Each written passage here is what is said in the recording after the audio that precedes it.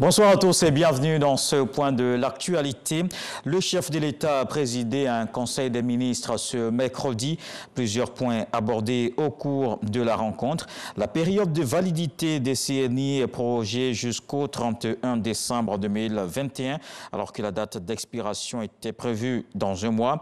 Les cartes nationales d'identité confectionnées en 2009 sont donc valides jusqu'à la fin de l'année.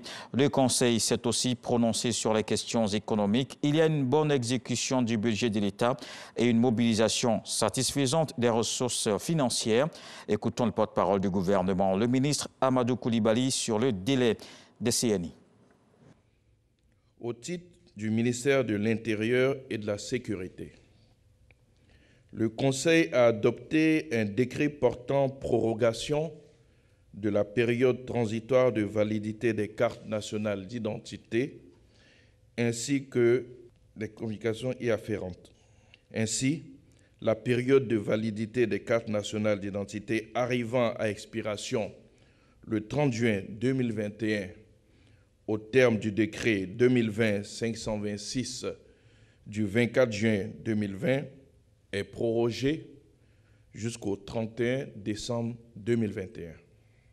Dans l'actualité économique, le Fonds monétaire international et la Côte d'Ivoire ont ouvert hier à Abidjan des consultations.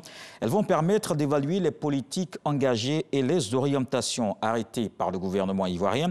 Cet exercice consiste à passer en revue la situation de l'économie ivoirienne et de discuter des ajustements capables d'assurer la solidité macroéconomique. Des détails avec Lanciné Bakayoko. Ces consultations ouvertes s'inscrivent dans le cadre des missions de surveillance multilatérale du FMI, garant de la stabilité du système monétaire mondial. Occasion pour le gouvernement de faire une évaluation sommaire des interventions de l'institution au titre de l'année 2020.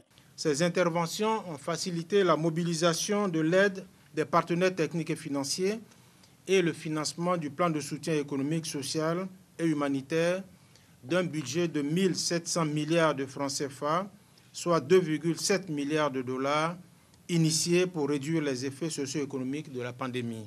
Grâce à ces appuis financiers substantiels du FMI, conjugués aux politiques rigoureuses mises en place, la Côte d'Ivoire a pu éviter la récession.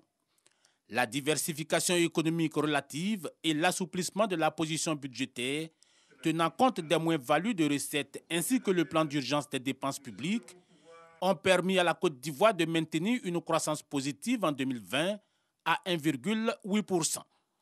Pour 2021, le juste arbitrage entre le soutien de la relance économique et la trajectoire budgétaire devrait consolider les acquis. Les perspectives demeurent bonnes. Le gouvernement est conscient des défis importants à relever pour relancer la croissance et mettre en œuvre sa stratégie de développement tout en capitalisant sur les évolutions favorables de l'environnement extérieur. Sous l'hypothèse d'une normalisation progressive de l'économie mondiale, la Côte d'Ivoire vise un assainissement de son déficit budgétaire à 3% du PIB. Verdict du FMI le 10 juin prochain. Dans le reste de l'actualité, l'histoire se répète 9 mois après le coup d'État au Mali.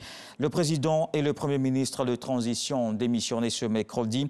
Le vice-président, le colonel Assimi Goïta, estime qu'ils ont failli à leur mission.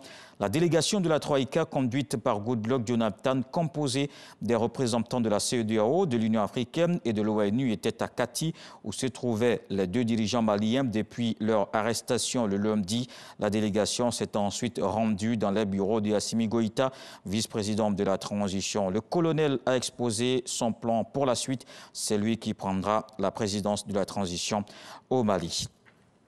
Au Burundi, Bujumbura a été frappé par plusieurs attaques simultanées à la grenade hier mardi en début de soirée. 3 arrêts de bus très fréquentés visés. Le bilan fait état de 2 à 7 victimes et des dizaines de blessés. Cela faisait longtemps que la ville de Bujumbura n'avait connu un tel déchaînement de violence. Des gens saisis de panique couraient dans tous les sens. Les forces de sécurité ont tout de suite déployé des centaines d'hommes dans les rues et ont déjà procédé à des dizaines d'arrestations officiellement pour raison d'enquête.